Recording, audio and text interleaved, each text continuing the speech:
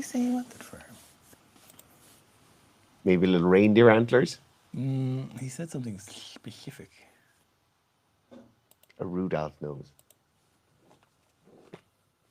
There we go. We're live. 14th.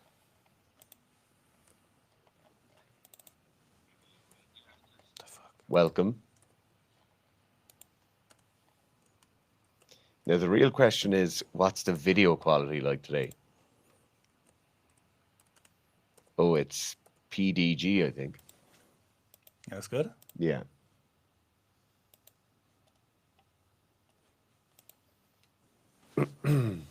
Wait. Give a flex. Why is the meat eater logo in the bottom of right of my screen? What the fuck? Oh, it's more videos. Wait a minute. Scott Kerr says the video quality's all good. But we want amazing, you know? It looks pretty sharp on my phone, to be honest. Okay, look at the camera. Wait. Look at the camera and don't look away. Not yet. Wait a second. Okay, keep looking.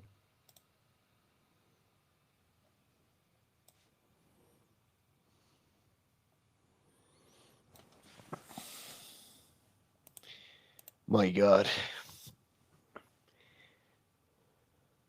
What it takes to get a thumbnail. If only they knew. Holy shit. What a horse.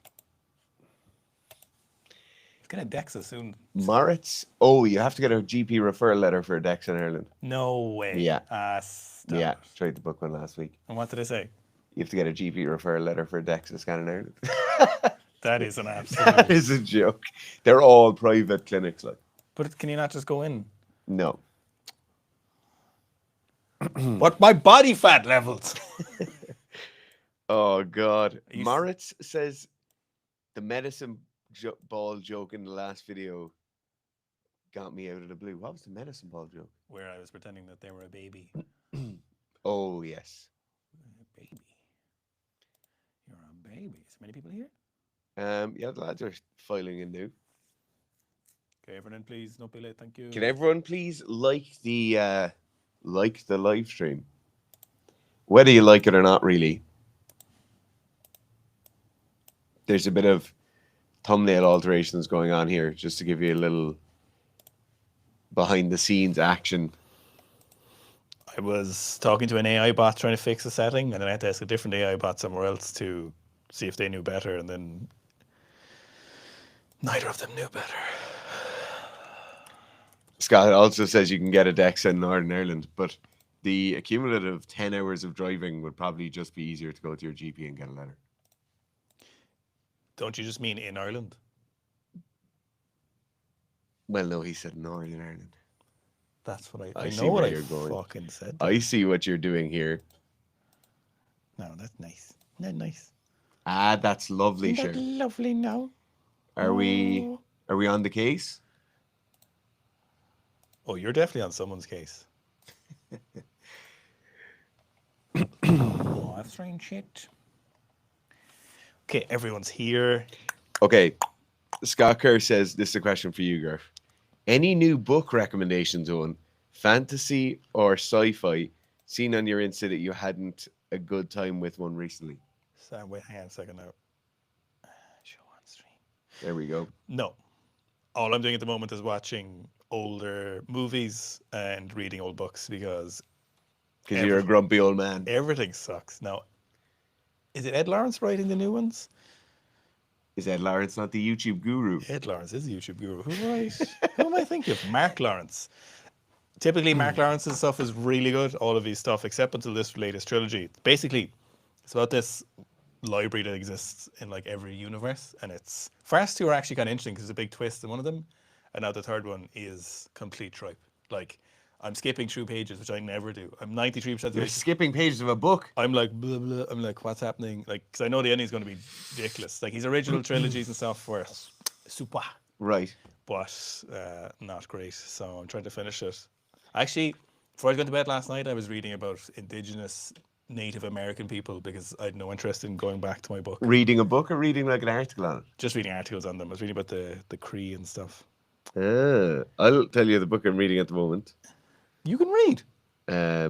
This is an absolutely grim book. This book is written by a guy called Nathan Foster, and it's called Small Arms Wound Ballistics. Yeah. It's a titillating read, but it's not one you'd want to leave out on the coffee table.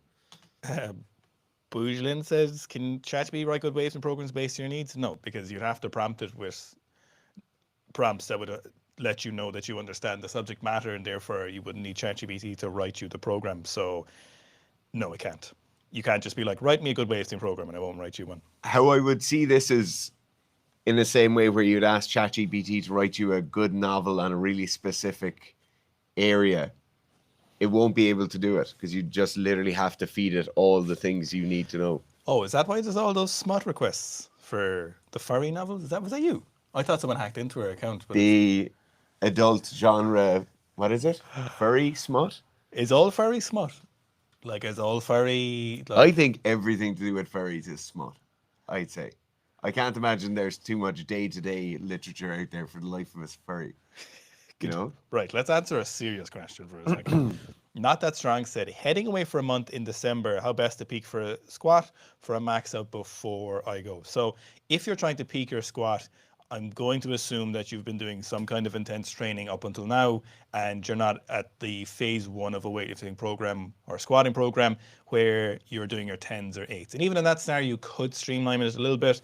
So we've got basically 2 weeks left in the year, 2 and a bit weeks left in November. So assuming you're planning on peaking your squat, say on Saturday the 29th, what I would do is Saturday the 15th, I would do a heavy single, see where it's at. Then on maybe the Tuesday the 18th or Wednesday the 19th, I would do some lighter singles or some slightly moderate doubles. Then I do a heavy single again on the 22nd, and then on the 29th I would then max my squat and see where it ended up happening. But that's obviously knowing nothing about where you are at the moment with your squatting or having any information. That would be if you had to realize the most amount of strength you had at the moment. That's what I would do urgently. Where are we now? Oh, Tom Shepard. Oh no, wait, where am I? Dara looking juicy from There Rome. is literally the least juicy you could imagine. Tom Shepard, yeah. Impromptu trip away for a week or a week and a bit in the middle of the RTA camp. I'm screwed. You're not screwed, but you're not in a great position. My recommendation is try and train once when you're away for that week or 8 or 10 days or whatever it is. The last session before you go, get a bit more work in than is programmed. So you have to imagine that usually you have 3.5 days or 3 days in between your training sessions. In this case, I want you to just push a little bit harder in that last training session, get a bit more sets in. If it's 4 sets of 6, let's do 5 or 6 sets of 6. You know you have extra time to recover from it, and it's not going to negatively affect you massively. Depending on where you're going, it's very, very likely you're a 20-minute Uber away from a gym where you can do some squats. In that case, I just try and get one squat session in while you're gone, and then just try and get back on the train when you get home. Obviously, our usual recommendation is 1 week off, you regress 1 week in the program. So if you had just finished week 5, you're going to go back to the end of week 4. In your case, because you're doing the RTA challenge, I would say you're going to just have to try and push it a little bit. So try and get a session in while you're away. Try and hop back on the wagon then when you get back, and just try and stay on as much as you possibly can. Tom just said later, I'm in India, so it should be fun to find a place to train. It seems to be gym culture seems to be on the up in India. However, depending on where you are in India, I'd say it would be very easy or very, very difficult, on the borderline of impossible. Yeah, it's hard to know. Kind of thick said thoughts on GTA 6 delay. I didn't know there had been a delay.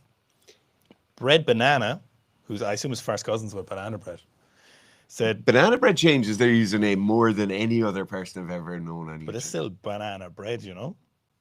Q regarding genesis of unorthodox technique. It appears some weightlifters adopt unorthodox technique to compensate for fundamental errors. Why is this permitted at elite level?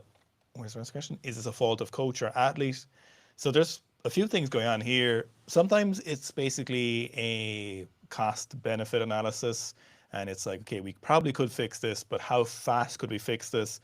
And then would it actually pay off that much in the end? And what would we lose in the meantime while we're trying to fix this? So if we looked at Carlos Nazar, it's probably a good example of this, and probably one of the hottest topics in terms of technique in the last few years. He mentioned multiple times that he had tactical errors, despite people trying to defend it. He himself knew he had tactical errors. Other good lifters acknowledged he had tactical errors. And he was trying to fix them, but obviously he needed to keep his performance to a certain level before the Olympics, and then he went on and won the Olympics. And then he came back, and we saw technical changes, big technical changes, and also some interesting programming and coaching changes at the same time. But he went to one of the best, if not, I think the best ever Bulgarian weightlifter, maybe the second best ever Bulgarian weightlifter by Sinclair Asen-Zlatev to work on his technique. We saw big changes there, but obviously even on the big stage, he missed 2 snatches, which we hadn't seen before.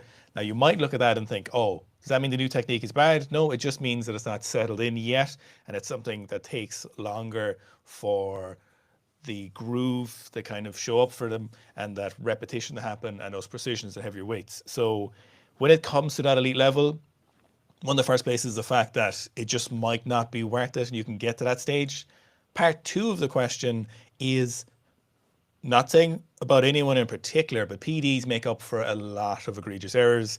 If you think about what PEDs are doing, obviously they're helping you train a bit more frequently, but they're also helping you apply more force faster in a lot of cases, depending on what PEDs you're using.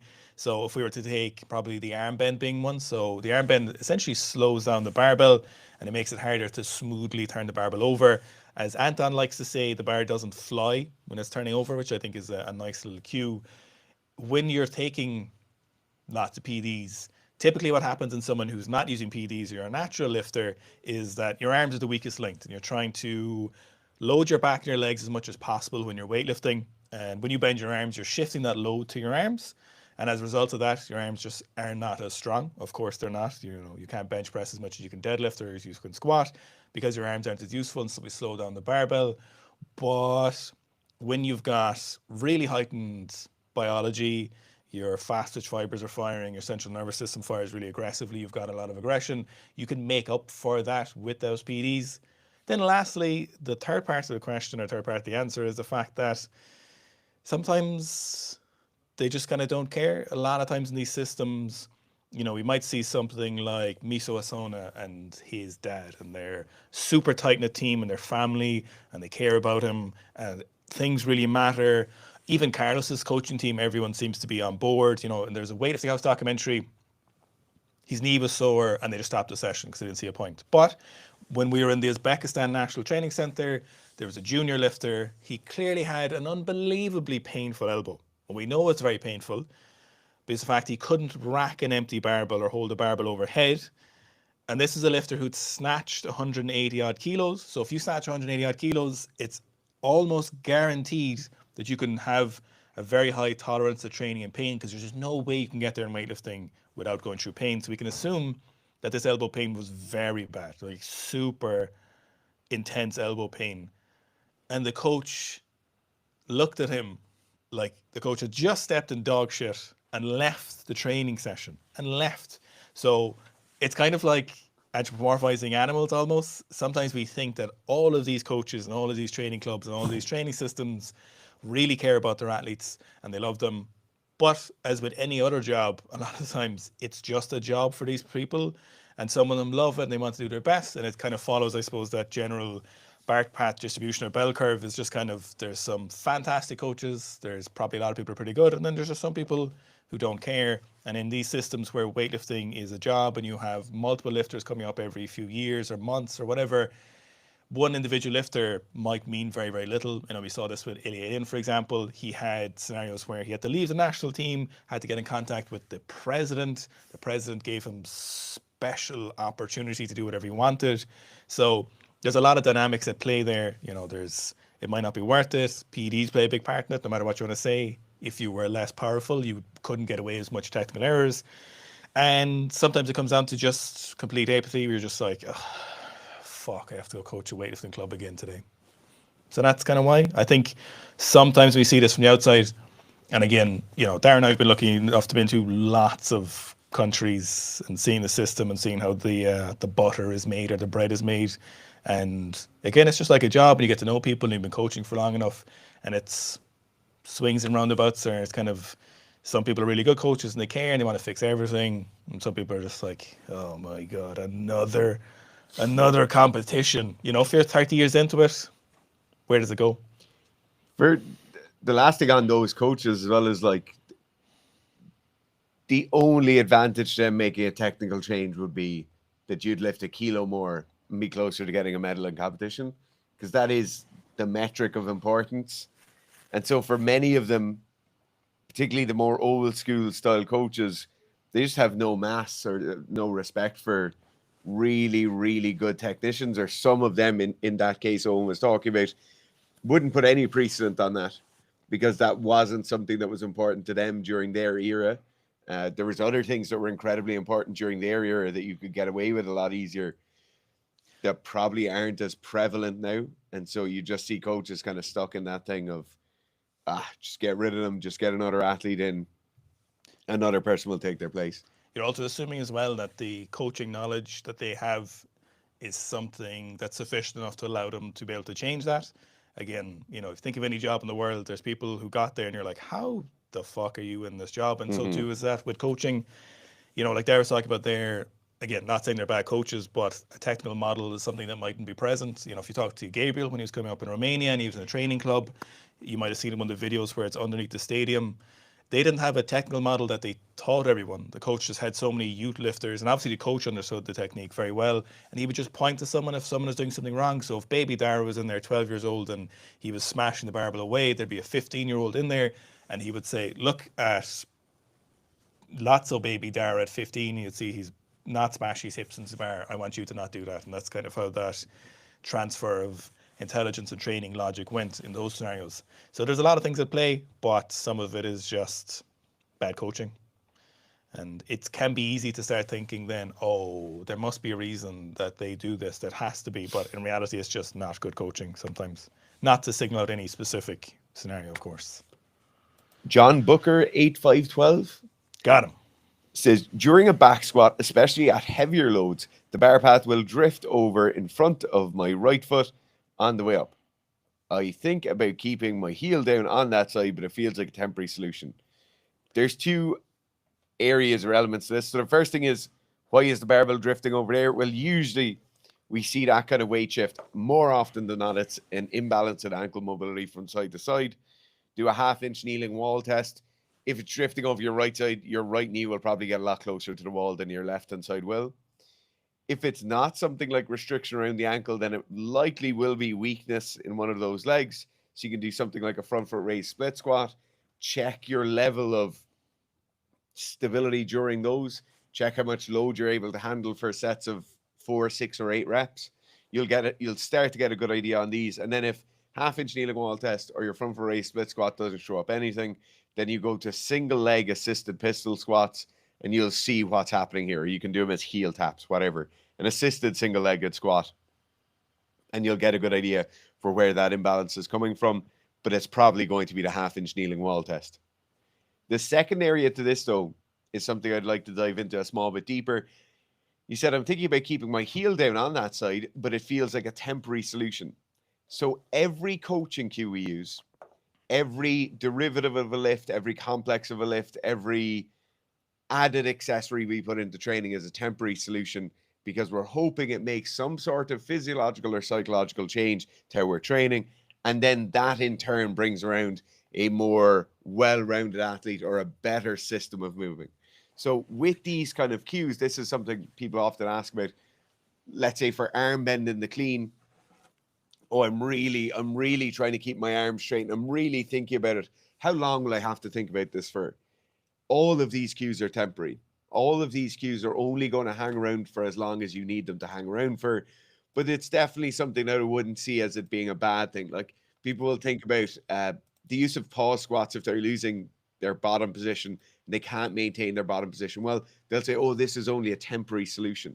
Well, what you have to imagine is that the use of the pause squat allows you to build more of that isometric strength, allows you to build more of that coordination in your midline. And then in turn, you no longer need the cue, or you no longer need to use that particular derivative of the lift, because you've physically enhanced yourself or changed in a way whereby you will no longer need to use them in your training, and you can go back to the standard model. So in this case, when you say keeping my heel down on that side feels like a temporary solution, yes, it's certainly temporary. You're going to keep weighting that heel. You're going to keep thinking about putting more weight on that heel, probably pushing that knee slightly less forward. Because once you get out of the habit, and because that motor pattern changes, you're going to be so much more solid that you just won't need to do it again. So don't ever worry about things feeling like a temporary solution. Uh, Getting a puncture repaired in your car, temporarily you're bringing the car in to get the puncture repaired, but after that you don't need to bring it to the tire garage anymore. So when it comes to favoring one side, I think first of all, it's definitely a good thing to acknowledge. I know sometimes we see a little bit on the online discourse that, unilateral imbalances don't matter and you can just do whatever, and you can look to elite athletes and you can say, oh, look, when we look at track and field athletes running a 5K or whatever, that their stride on the right hand side can be up to 20 centimeters greater on one side. And so as a result of that, then we can say that when I'm squatting and I'm favoring one leg, it doesn't matter, which I think is ridiculous logic. What I think this is in response to is definitely the fact that, okay, you shouldn't get super analytical about this. If there's no urgent issue, it's not causing you any pain, and don't get so caught up in it that it stops you training or progressing if there's no issue currently. But I think if we use logic and look at some of the studies, that it's definitely a good idea to reduce discrepancies from side to side. We definitely try and do that. When we see lots of injuries, and we've seen a lot of injuries over the last 30 plus years of combined experience, a lot of times there is an imbalance, and this might be a chicken or egg scenario. Did the imbalance come after the pain? Did the imbalance come first? But oftentimes it's presented there as one of those issues. Now, the favoring of one leg can come from a couple of different areas. It can come from a technique, like Darren was just talking about there, how you're cueing yourself. It can come from mobility or a strength deficit. More often than not, it's a combination of two or more of these things. So if you have poor mobility on one side, your technique or your feel of how that will go will be less. Or sometimes if you're favoring one leg, your opposite side will have less mobility, and as a result, you will have less apparent strength at the moment. If you were to do heavy split squats, the side that you're leaning away from them probably has less strength currently because you don't have as much range of motion. You can't access it as easily. It doesn't feel as strong. And as a result, then you don't get yourself in a position where you can favor both sides. So you need to look at previous injury history. Sometimes it might just be technique, like we're talking about there, that you just have to keep focusing on that specific area. They need to look at mobility and see the discrepancies, like Dara was talking about. Could it be hips? Could it be further upstream? Could it be coming from your ankles, your hips, or your calves, hamstrings, glutes, lower back? Could it be from your shoulder? Is the barbell slightly tilted to one side? You're trying to compensate. So look up and downstream of that leg and see what different components could there be. And then see specific strength deficits. So are you really lacking in your capacity to do, single leg squats? For example, isometrics are great in these scenarios. And if you were to do a 45-second single leg heel tap isometric, or half pistol, could you hold it for 2 minutes on the stronger side that you're leaning towards? But then if you go to that opposite side, that side with less strength, would you end up then after 30 seconds having a leg that's absolutely vibrating and you're unable to maintain that position? So then you want to decrease that discrepancy there. There's a couple of different areas and you need to look at all of them, but there's very often a combination of two or more, I would think. Scott Kerr says you should read Red Rising. I have heard about that actually, and it's on the list, but it's been taking me so long to get through this latest book that I've just been kind of, disappointed. Will Stone, if he's from the west of Ireland, says week 6, day 2 on the books, ready to smash a new PB in 2 weeks. You're going to absolutely annihilate your old PB. Joak says, will stronger quads help this live show? It certainly can't hurt.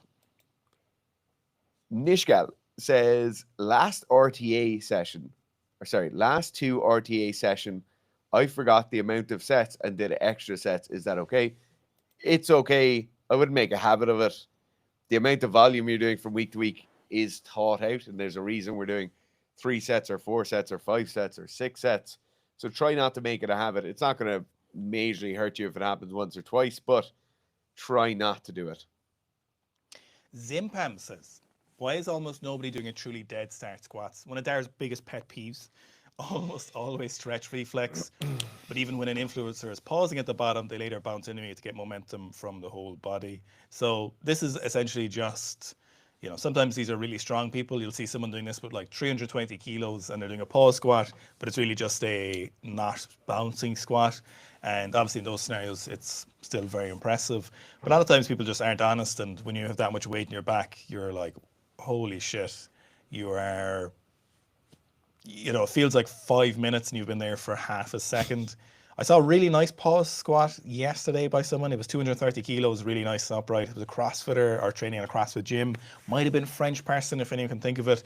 Squat on the bottom, fully upright, completely dead stop, squatted up again. I wonder if I saved it actually, but it was a very, very nice squat.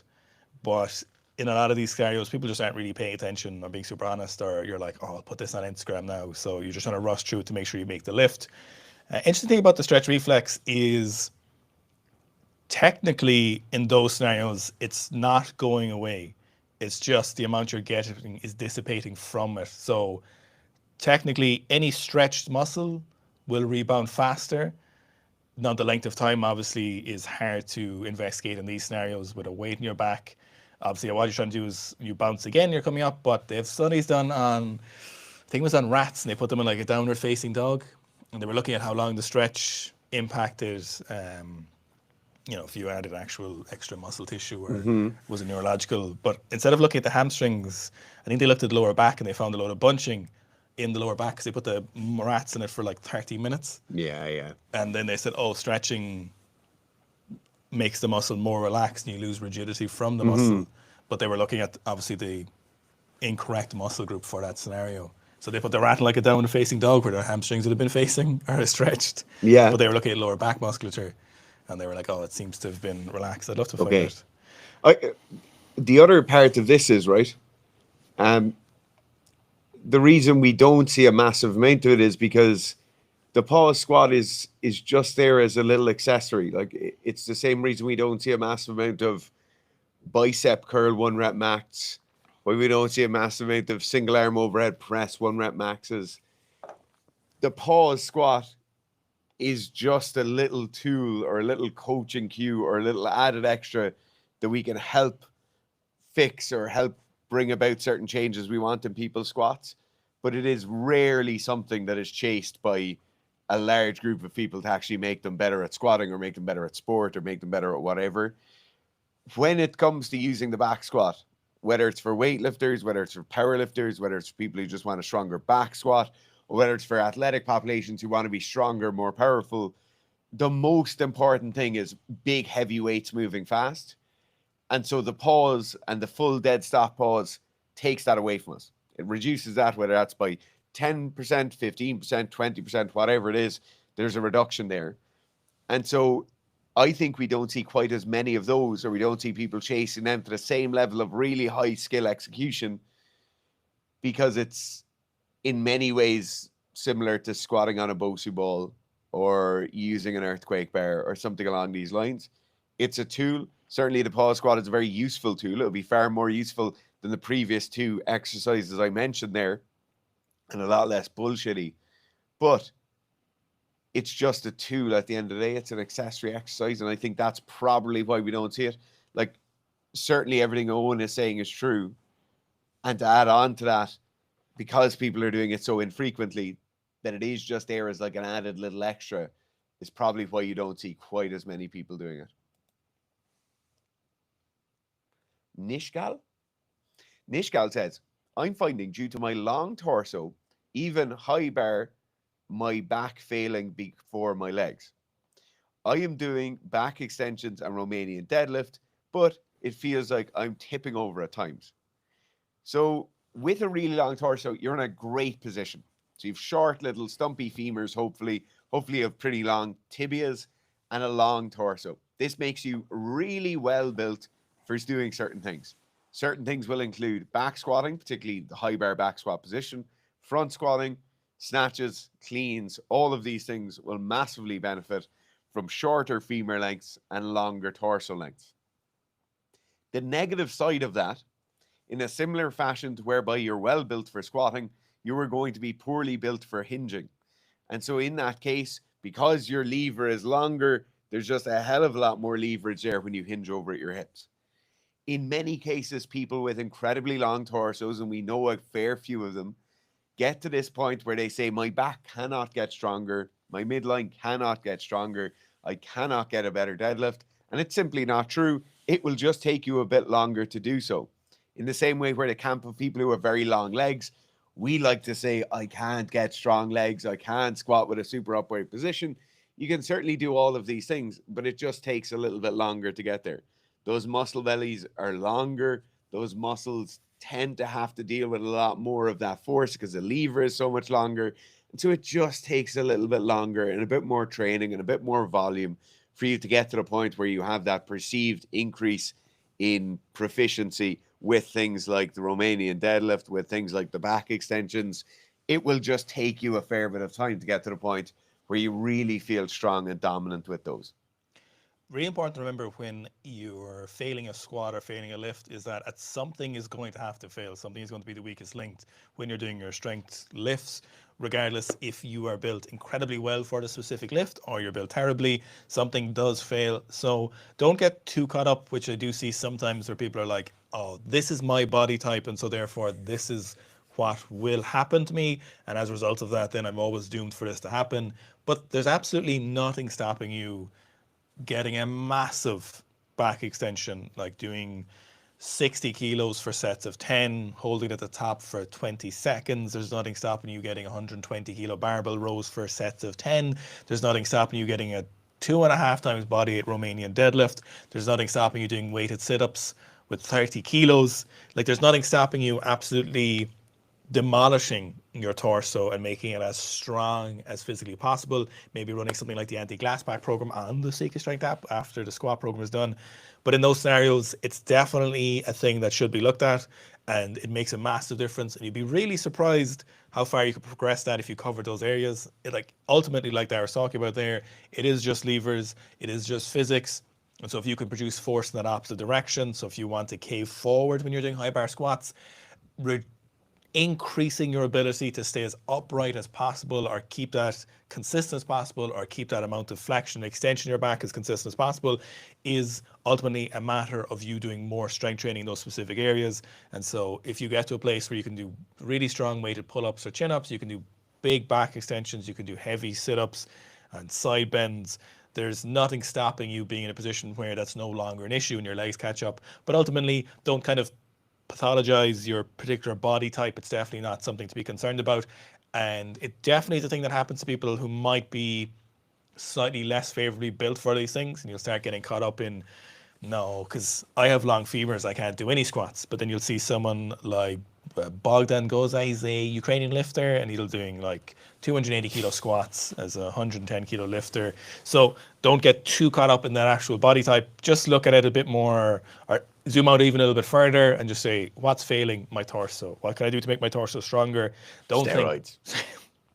Don't think my torso is really long, so it's always going to fail on squats. Think, what's failing on squats? Torso. What should I do here? Make torso stronger. Make torso stronger. Oh, Blaine's here. Hey, Blaine. Scott Kerr is up next on my one. Is that correct? Am I in the correct place? Scott Kerr says, how many days a week is the RTA2? How would you estimate 1RM going in the first time for it?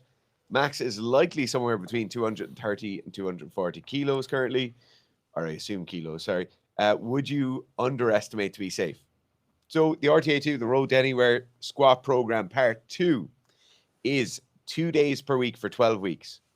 The second thing, how would you estimate 1RM going into it? What we want you to use as your 1 rep max is a weight that you will be able to do for a 1 rep max single on the day you start the program. So don't use something like a historical max. Don't use something like, we're not going to say use 90% to use 80%. We want a weight that you're going to be able to hit the day you start the training program. If you're very out of shape, that weight's going to be probably very low. If you're in pretty good nick right now, that weight's probably going to be 95 to 100% of your actual 1 rep max. So it really is what kind of shape you're in. Underestimation is always better. Underestimation of the 1RM inputs on every program is always going to make for a better program overall. A 10% increase in your 1RM input at the start of a program means almost nothing for your overall progress, but it means a massive amount for the likelihood of you failing within the first 4 weeks of that training block. So it's something I would always recommend is undershoot, and you'll be good to go. Thin. For strongman purposes, would you say high bar squats are exponentially more beneficial? Also, would a full range of motion, AGG or box squat have better transfer to strongman? So I will say one thing, our specific exposure to helping strongmen is quite limited. It's definitely not something we get involved with too often. I've had a couple of strongmen through the books, maybe in terms of one-to-one athletes, or we've done some consultations for them, primarily when they're trying to get better at overhead work. Now, I've had decent success with a very, very small, even smaller pool than our special forces. I think we've had probably like maybe 30 or 40 people go through some form of elite military unit over the years for some reason. But when it comes to strongmen, I think like direct contact. So there's probably people running our programs like yourself, probably Finn, who do strongmen, but aren't necessarily coming at us for our strongman expertise. But what I've generally done is treated strongmen like you would any other athlete, which is general basic strength conditioning. In this case, it's even more useful because you can literally be squatting, pulling, and pressing are all incredibly useful, and they're going to be useful in those specific events. So we treat things like what are our particular abilities right now, is strength and conditioning, how's our physical capability, what's our muscle mass like, what are our strength numbers like, and typically do high bar, but strongmen seem to come in multiple different shapes and sizes, and you'll get people like Sam Sithar, who's got super mobile, who's got really good positions, who can do a full front rack and push press like 180 kilos, or actually strict press it from pins, and can do nice snatches and overhead position. Then you're going to get people who are just massive and can barely get the T-Rex claws on top of that barbell when you're squatting. So ideally, and what I have used, we have used is high bar squats with them and seen a really good transfer to that sport when it comes to the actual events that they're doing. But again, there's specific scenarios here where they might have box squats in competition, or they might have something a little bit different that might require short-term practice at these particular events. So then it would be less specific training, which is conventional deadlifting from the floor, high bar back squatting, bench pressing, strict pressing, push pressing, core, back, single leg work. But then as you get closer, you might know the event, you might know what you're going to need to do. So then maybe it's some kind of pin squat. So it only makes sense to obviously practice that specific event. So the way I think about strongman is general strength conditioning, kind of quote unquote, it's all gym work. And then you get more specific once you know the events that you need to do. Or for example, you know, if you're a really good bencher and you're really good squatter, for example, but your push press is really bad, your shoulder to overhead, for example, is terrible, then you're just going to spend most of the year working on that because you know at some point it's probably going to come in useful, and it only makes sense to try and improve that. James O'Connor says, pretty strong on 2 legs, but I just started single leg lifts a few months back as finishers. How do I best build a long enough runway to become stupidly strong on or a strong off a single leg? So there's a couple of interesting things here. Firstly, you do single leg work and build strength and build capacity, and not in the exact same way you do with standard lifts. You would start with quite high volume. You might even spend a bit of time building up to something we consider to be high volume. And then slowly over the course of around 3 months, you taper that volume down and increase the intensity. That graph is going to look identical, whether that's a back squat, whether that's a single leg pistol squat. The problem we come up against with this idea of a runway for becoming stupidly strong off one leg is that generally speaking, our single leg work is in as assistance work. What that means in most cases is we're in a holding pattern and we're just very slowly building volume and very slowly building intensity. That might look like 4 sets of 10 on week 1, 6 sets of 10 on week 2, 4 sets of 10 on week 3, 6 sets of 10 on week 4. Then we might slowly add a weight, or we might slowly add a little bit of volume. When we're doing things like this in an accessory capacity, it's inherently important that you're not trying to chase, let's say, a double bodyweight Bulgarian back squat, right? Or Bulgarian split squat. In that case, it's very important you're not doing that in place of your accessories, or you're not slotting it in because it looks like an accessory exercise. That in that case would have to become a primary lift, which would mean it would happen at the start of training sessions. It would happen not in tandem with anything else. It would happen on a day where nothing else is really being taxed in the same way. So let's say, generally speaking, we're not going to back squat and front squat on the same day. So we're not going to do Bulgarian split squats and back squats on the same day if they're both going to be primary lifts and we're both going to push them very hard.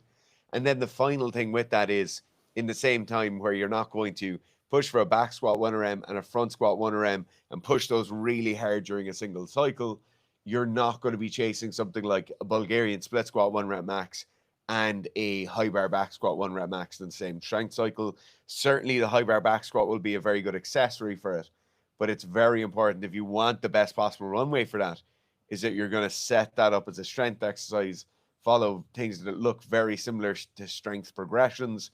If you want an ideal case for this, go and look at the RTA2, look at the progressions in the RTA2, how the volume and the intensity is manipulated from week to week. Put in the back squat number, or the Bulgarian split squat number you're going to use, right? Look at that, look at the loadings, and just imagine instead of back squat, it says Bulgarian split squat, and you treat that number as an each side number. So 10 each side, 8 each side, 6 each side. And you could see what I mean by a primary strength progression. That will put you well on the way to doing that. If you had only used one sentence to advise on breaking through plateaus, what would you say? Do more volume would be almost certainly, if we're talking about strength specific plateaus here, doing more volume is almost certainly the answer for the average person. Now, I know you could listen to this and be like, what about isms? But if you're giving me one sentence to correct an issue to see across multiple people, the vast majority of people get stuck in sort of heavy sets, doing sort of heavy singles, and they spend months and months and months just kind of spinning their wheels until they never end up making progress. Pretty much everybody skips the initial portion of training. They skip the initial sections where you're doing your 8s and your 10s, your 12s. Certainly when it comes to strength training athletes, obviously bodybuilders don't skip this, but they're not worried about strength training. But if we're worried about people actually getting stronger, this higher volume phase is massively useful for the end phase where you're building muscle, building technique, building work capacity, and just building the ability to do those heavier sets. It's building momentum going into your 5s and your 3s and your 2s and then to your 1s. And this volume is incredibly useful. It also gives you a break from those heavier weights. Now, I know there's a different kind of fatigue, but it doesn't really matter, because no matter what anyone says, heavy weights are very fatiguing. And if you think they aren't heavy, you're just not strong enough, or you think they aren't fatiguing, you just haven't done any actual strength training to say something like that, in my opinion. So the higher volume gives you a break from those heavier weights, and it gives you an opportunity to get away from them, coupled with all the other major benefits. And the most common thing I think we see is, whoa, I wasn't ready for the volume in that squat program, or why are these initial weights so light in this program and the volume so high? How will this help me get stronger? And then 2 months later, 3 months later, they're like, wow, that worked really well. And you're like, yes, it did. It did work really well. I was going to say, do more volume than you want to do for longer than you think you should do it. At the moment, I'm kind of missing a little bit of volume, but my knee can't really take it. So I've been trying to get back to older numbers without doing too much volume. So you would have seen last year when I did 290, I was coming the back off of doing a ton of volume.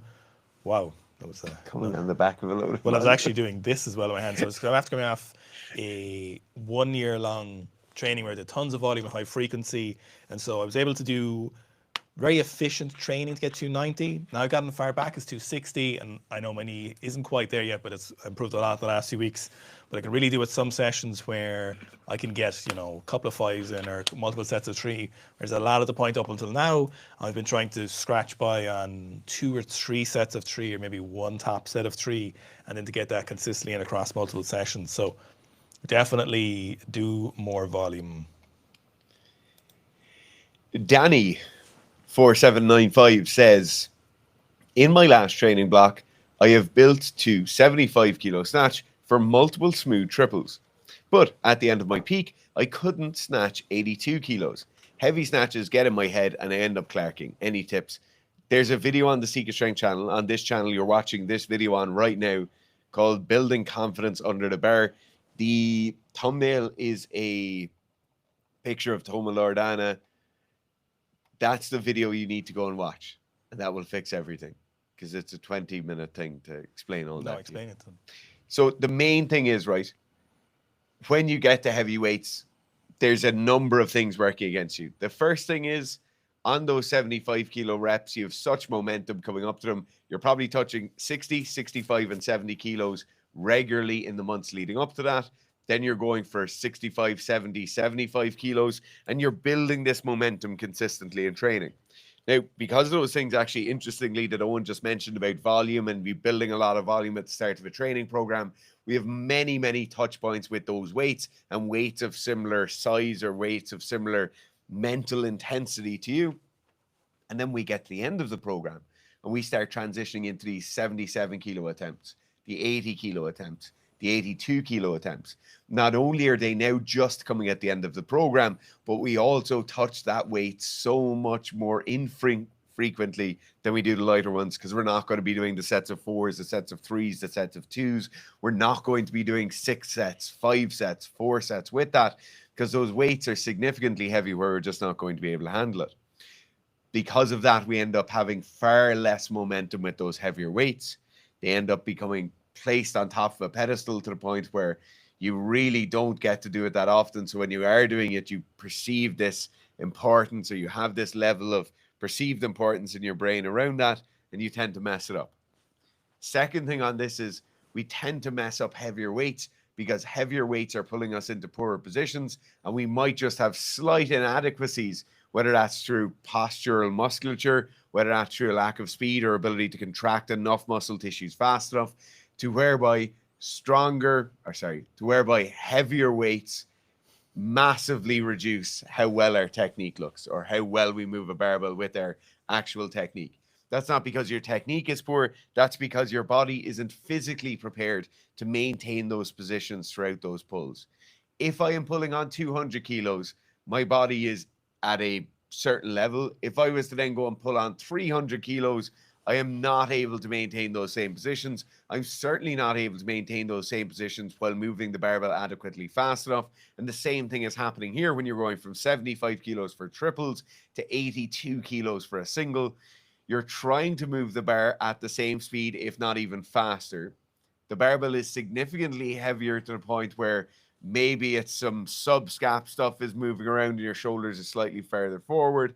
Maybe it's your quads aren't contracting quite enough to the point where your knees are shooting back a little bit more. There's a host of things happening here, but I would highly recommend watching the Building Confidence Under the Bar video. So a big part of confidence obviously comes from competence. So if you're very sure in your ability and you've demonstrated that for yourself, a lot of times in your ability to go and hit those weights is heightened. You know, clarking sometimes people think is just this mental intensity thing where you're an absolute dog and you just absolutely send the barbell and you just jump under it. You don't care what happens. But obviously, a huge part of that comes from actually making successful lifts at heavy weights, is having the dog in you, to be fair. But it's also from becoming very precise and very good at the ability to lift these heavier weights. And so that comes from, like Dara's talking about, that training momentum and easing your way into it. And then as you get better and more competent at weightlifting, you'll get more confident because you'll trust your abilities. But also, a lot of weightlifting is reactive. And as weights get heavier, even relative to yourself at 82 kilos, your ability to synchronize and coordinate your body to do these lifts is something that gets much better and it takes a long time. I always say it took, I think it was at 7 years or something to snatch 151 kilos. And it was only after that time that I finally feel like I actually understood the snatch. Gabriel thinks it takes 10 years before anyone becomes truly competent with weightlifting. And he says that in the most deadpan way possible. So I took a break from weightlifting for about a year and a half, and I started again, well, snatching specifically February of last year. And I was talking to Anton, and it was a very interesting conversation. He was like, "You're obviously strong enough to lift heavy weights," and he was like, "You're obviously not afraid of these heavier weights because they're the weights I've done before. Why would you be afraid of any weight?" But he said, "You don't look confident in your ability," and it was very useful to hear that said out loud because just hadn't quite had enough practice at this stage or at that stage to know exactly what to do. And a lot of that has to be reactive. So again, a lot of this comes from being confident in your ability being sure of what you're doing at what certain stage of technique, like Darren was talking about there. Sometimes your knees aren't coming back at the right time. And a lot of Clarks are actually technical issues where the barbell wasn't the right place for you to apply enough force. You could have never have made it anyway, no matter how aggressive you got with that lift, because you weren't in the right position. So a lot of Clarks are technical. Some of them are combination, and some people get this big thing in their head about certain weights. But a lot of times it's actually your technique sucks. A lot of time it's just your fault. Yours. You suck. Mav Holloway Z9R says, if I can't figure out split jerks after 2 years, should I split the squat jerking? Should you switch to squat jerking? I take a lot of inspiration from Liu Xiaojun. Even though I am 5'10", I think I can lock it in. Mav, no. Absolutely no way. Not a hope. No, if you were here now and you were like, oh, I'm 10 years into professional weightlifting and I've failed my last 38 jerks in international competition, I'd still say no. The squat jerk is just worse. There's no way. 2 years as well? 2 years? 2 years is nothing. I'm glad I just did that quote about 8 years for snatching. Gabriel saying it takes 10 years for weightlifting. I'm pretty sure Tarokli had a post on this recently, and I'm almost certain he said he had split jerked 190 kilos before his coach would let him go power jerking. And I'm pretty sure his coach wouldn't let him stop split jerking. He still had to do it in training the whole time. While doing both of them until he got to the power jerk. So there's no way, Mav. There's not a hope. I just guarantee you're not that guy. You're not that guy. Nobody's that guy. Now, if you really want to, if you're just doing weightlifting for yourself, and we always 100%, say, if I do something for the crack, 100%, yeah. you can go ahead and squat jerk. Because you're like, I just really want to squat jerk. And this is for me, definitely. I did this. I switched to power jerking after 2.5 years. You were that guy. I was that guy, but I wasn't that guy, apparently. And I switched back. And I ended up, I power jerk PBs, but it's just less. There was one stage where I could power jerk more than my split jerk, but it's temporary. And these was like, I think it was like 160 split jerk, but I power jerked like 170 and then switched back and got way better at split jerking. It's just, nobody's that guy realistically. No. And if you are, you'll be like, I accidentally squat jerked 200 kilos. Should I switch? And even then the answer is like, no. No, and what I will say as well is like, you can't figure it out. 2 years is Get nothing. a better coach or figure out what's going on there. Where can you not figure it out? Can you not stabilize the weight overhead? Is your position bad when you get there? What are you thinking about? What are you cueing to fix that? Are you cueing the correct things? Is the position you're trying to hit in your split position, is that actually the correct position? As you're driving the barbell overhead, are you putting the barbell in the correct place overhead? All of these things are things you'd have to fix. So definitely don't squat jerk. Enrico Mourinho says, I catch my snatches high. How can I improve my snatching catch position? How can I make it deeper? So first place, obviously, in these scenarios to look at is, are you mobile enough to catch the snatch deeper? A lot of the times, even though you might have the best of intentions, you're doing enough practice. In these cases, if you're not supple enough to enter that bottom position quickly enough, you're just not going to be able to get to those heavier snatches into that bottom position because you're not able to enter it freely enough. So the first place you need to look at here, is your mobility sufficient? Rather, I should say, is your mobility very good? Your mobility needs to be in a good place to actually end up doing full snatches. It's very hard to teach your body to learn to just pull underneath heavy barbells. And if your shoulders are tight, if your hips are tight, if your ankles are tight, and you can't sit comfortably in the bottom position with an empty barbell, it's never going to work with heavy barbells at heavier weights. So assuming in the first place that your mobility is sufficient, the next place you need to look at then is what are you doing in your training.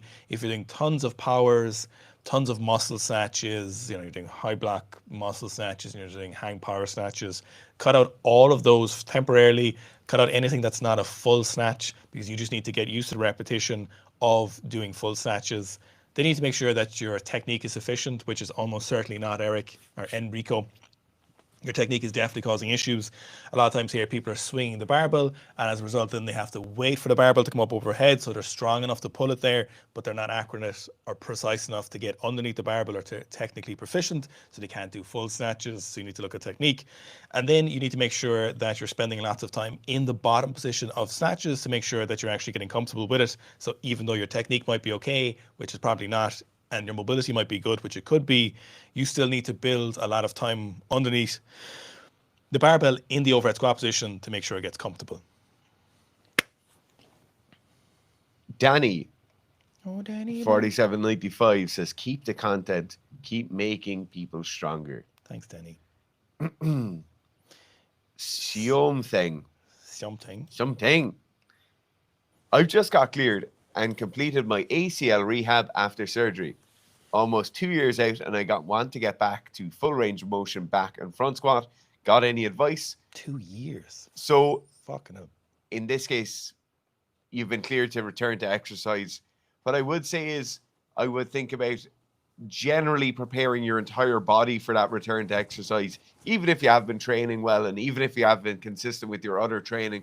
When not doing full depth back squats, I would just say return to training with the understanding that you're preparing your entire body to get back to good kind of heavy lifting. Oftentimes we see people coming back, they start really hyper focusing on the knee, the preparation of the quads, how the pattern of the squat is looking, yet they have very poor muscular density, a very poor work capacity. They're not in the position where they can come in and complete full training sessions multiple times per week. And so the on-ramp process shouldn't just be focused on the hinging of the knee. It shouldn't just be focusing on developing of quad musculature. It shouldn't just be focusing on positions of the back squat or front squat. It should be focused on the entirety of that kind of physical being, making sure your work capacity is better, making sure you're able and prepared to train, making sure those initial sessions are quite short in length and you're not doing too many of them per week, and then making sure the overall intensity is quite low. And for the initial probably 3 to 4 months, we're just focusing on getting some work capacity back, getting to an appropriate amount of volume in training without feeling like you're falling apart, and then getting back to more standard training. Okay, nobody panic. I'm going to disappear for a second. Oh, 3, 2, 1. We're having trouble with the battery. It's still out. And we're back. What a smooth, unencumbered transition. Oh, and the camera's gone again. Is it? Yeah, No, it's not. it is. It's right there. Oh, It's literally right in front of you. it clicked off and then this went boom again. Okay, we're back in the room. Well, now you look like an idiot because it didn't. James O'Connor, or sorry, Nishkal says they got a single leg pistol squat by doing weighted step ups and single leg press. That will certainly help. Fraser Lewis asks, what do you think of Clarence's collab and visit with Vegan Gains? I haven't seen it. Vegan Gains is massive. Is he jacked? Massive. He's yeah. on the juicy gravy train though, isn't he? Mm. That's great to see. Patrick Trudeau says 54-year-old tradesman running basic strength during the winter. Enjoy very much. Thanks for the excellent channel. Love the secret flavor. Thanks, Patrick. Love to hear it. It's definitely tough running any kind of training after doing a full day of work. Yeah. Simon Fleischman says, do backs knock on purpose because they like to see us scrum? I'm fully convinced they do that. Also, I think they just do it sometimes for a little bit of a break and maybe so they can get their little plays put back together, you know? Is this niche? It's an Alpha 9 charger. Is this niche rugby humor? Yeah. Also, there's something about the sentence because they like to see us scrum that I think he's South African. I thought They like to see us scrum, you know? Fleischman, I was like, that sounds South African. Now. Yeah.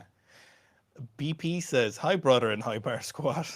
How to keep the torso straight and stable. Sure, look, if we knew the answer to that, we wouldn't be here. That's why we're here.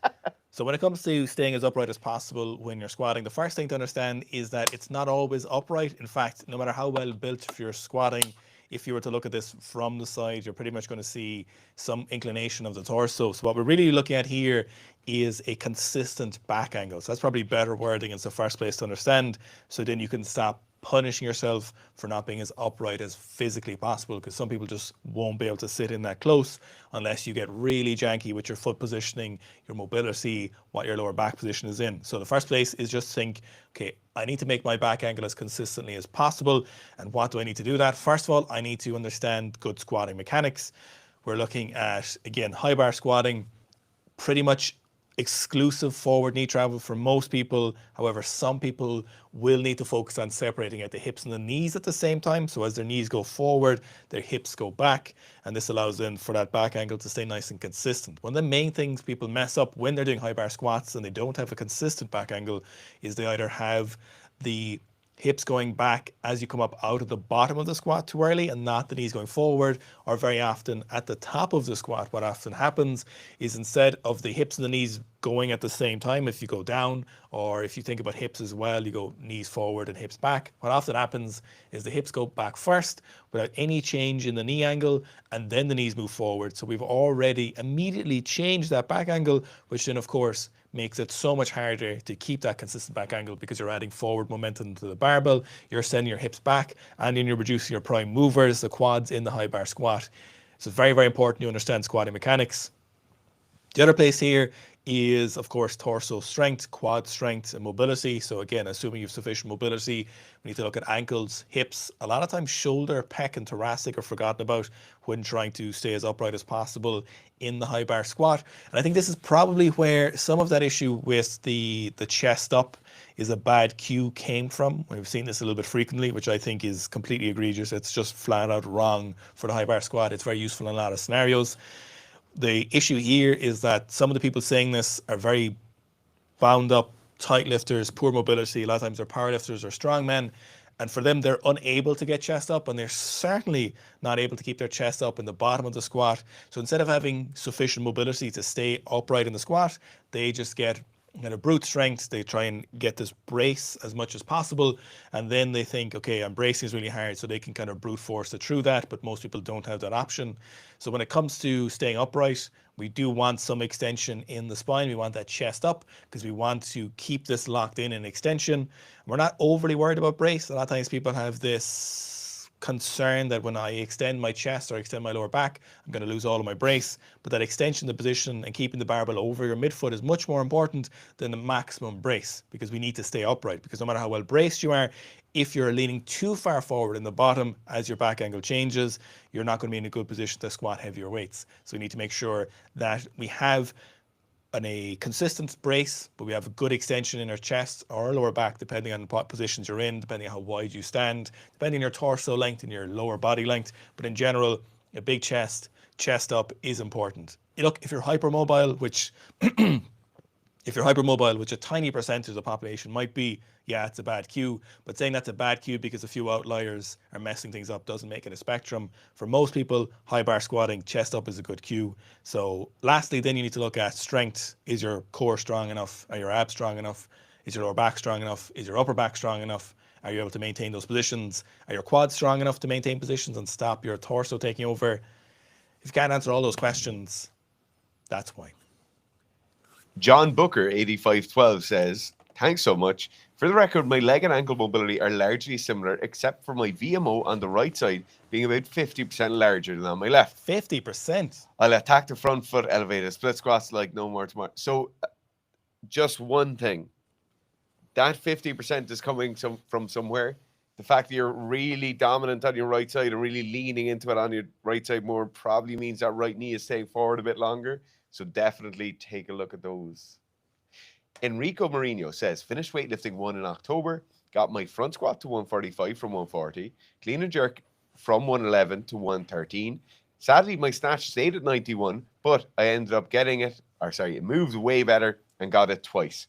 So that is great news. That's really good progress. Like adding 2 or 3 kilos to your lifts, adding 5 kilos to your front squat is phenomenal news.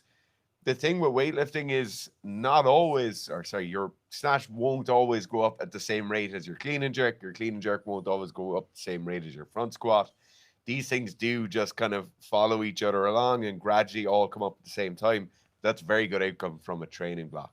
Yeah, to move your old run at max much better is great. And unfortunately, the problem with weightlifting is that a training block can go incredibly well and you'll hit all the markers that you should hit to hit a new PB, and it still won't happen because weightlifting is just a bit of a bitch in regards to those scenarios where you've gotten stronger, you've hit your volume, you've hit your last heavy singles, but when it comes to it on the day, that realization is so fine that sometimes you rerun that weightlifting block again and then you'll smash through all of them and you make good progress, and sometimes it takes another run. So it's tough out there weightlifting.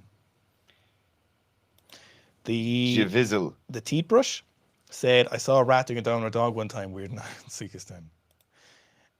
If Javizzi? Gents, about to hit week 5, day 2 on the RTA. been feeling slammed after these last few workouts, you would have had week 4, day 2, week 5, day 1, which are both difficult sessions. Any fatigue management and recovery advice for 40 plus crowd in the home stretch? Yes. So the first thing is I'd like you to take an extra day of rest in between each of them. This will mean staggering your weeks very slightly. If you usually did something like Mondays and Thursdays for the sessions, you'd be doing Monday, Friday, Tuesday, and kind of pushing it on. You don't have to take that extra day in every case, but particularly after a very difficult session and you're feeling very fatigued afterwards, don't be afraid to push that session on by one day. The second thing I would say is look at your nutrition, not so much in terms of your daily calorie allowance, but what I would say is just the nutrition in and around the session itself. Make sure you're well prepared for it. Most of you are going to be training after work in the evenings, kind of getting these squat sessions in which case you mightn't necessarily be in the ideal position to hit heavy weights. And so some intra workout will do you quite well. Some creatine, some carbs, maybe a bit of stimulants in that will help you out massively within the sessions themselves. In terms of managing the fatigue, what I would say is you have 3 weeks left, right? Realistically, you have 4 or 5 really difficult sessions and the rest of them won't be too difficult.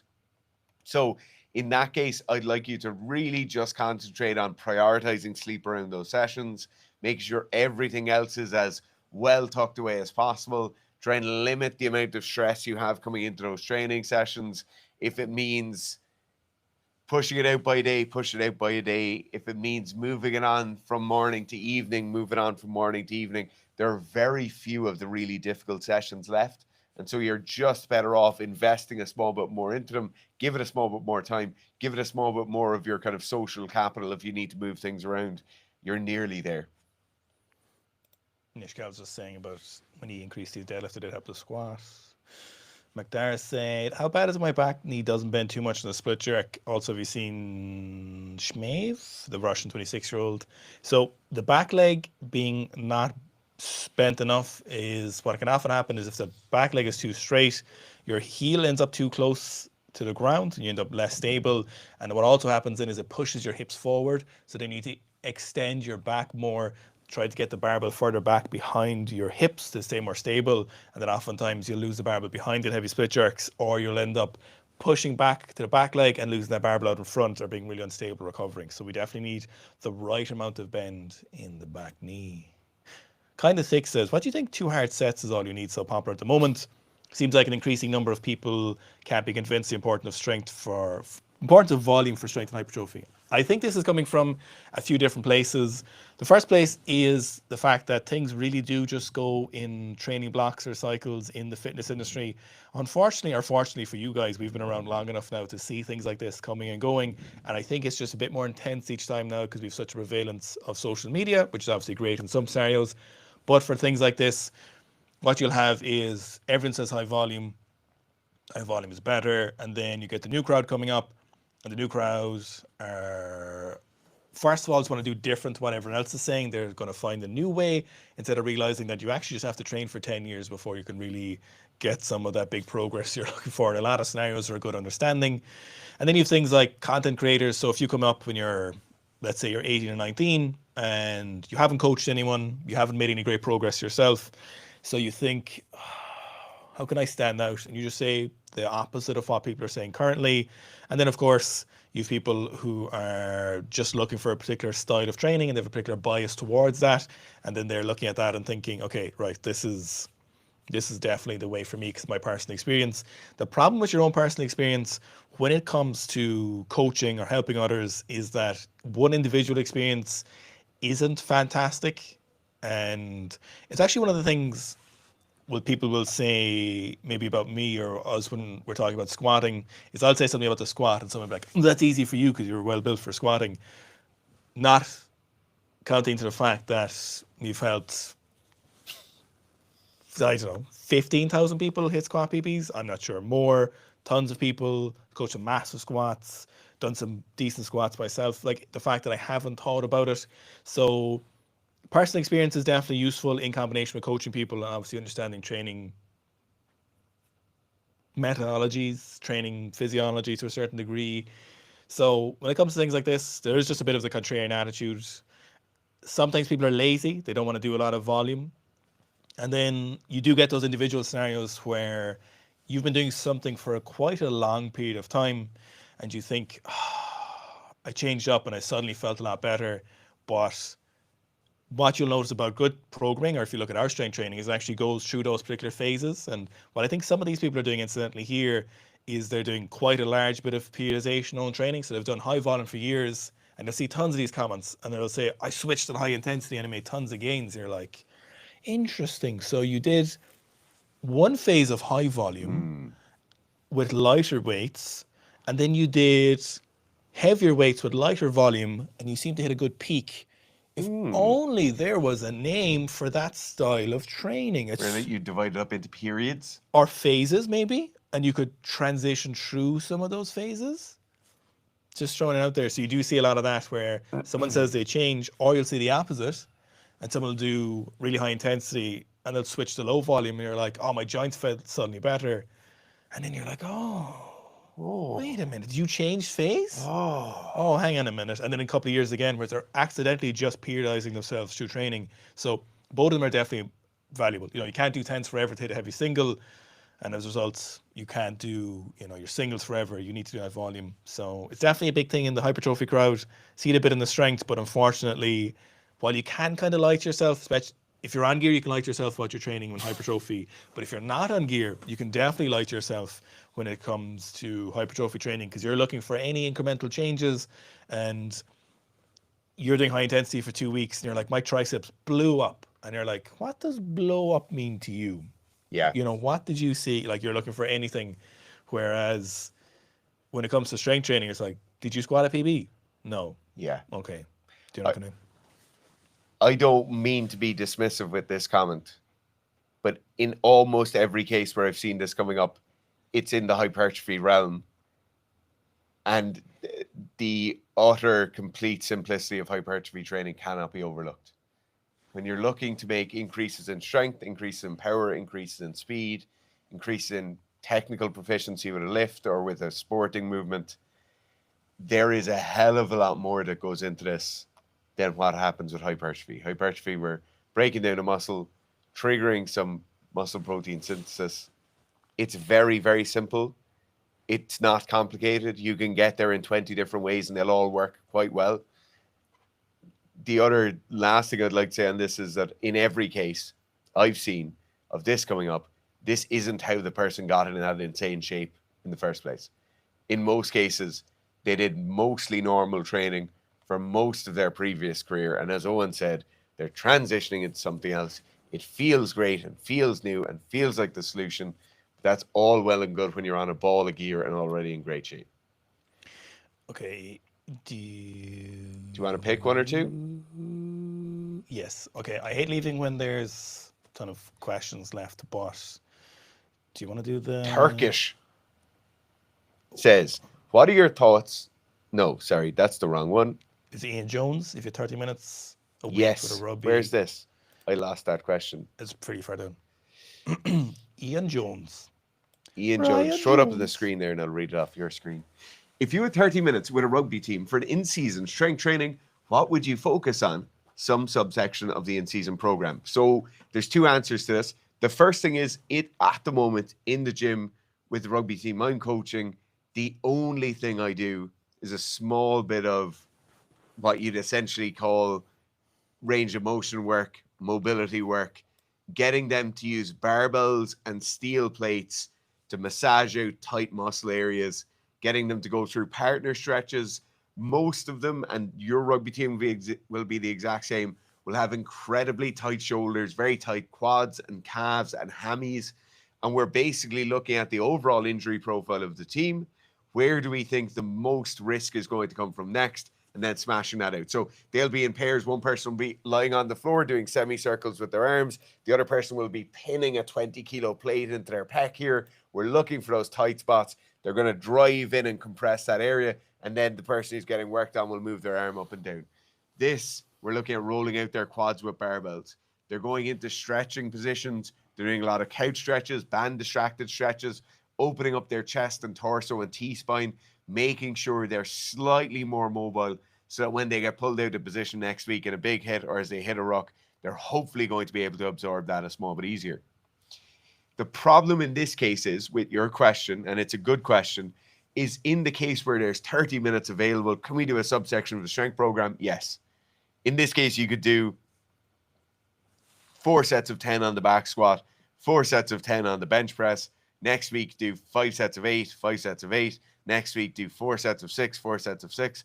You would make some increase in strength, but it's probably not exposure or enough exposure to actually make a meaningful difference to them as rugby players. It's probably just going to make them a little bit more sore, probably going to just make them a little bit more tired for the training session the next day.